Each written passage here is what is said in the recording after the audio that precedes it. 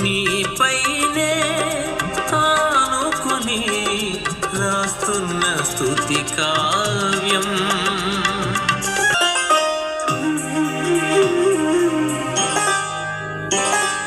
వేల గొంతుల్లో మారు మ్రోగేలా వేదనను తొలగించెలా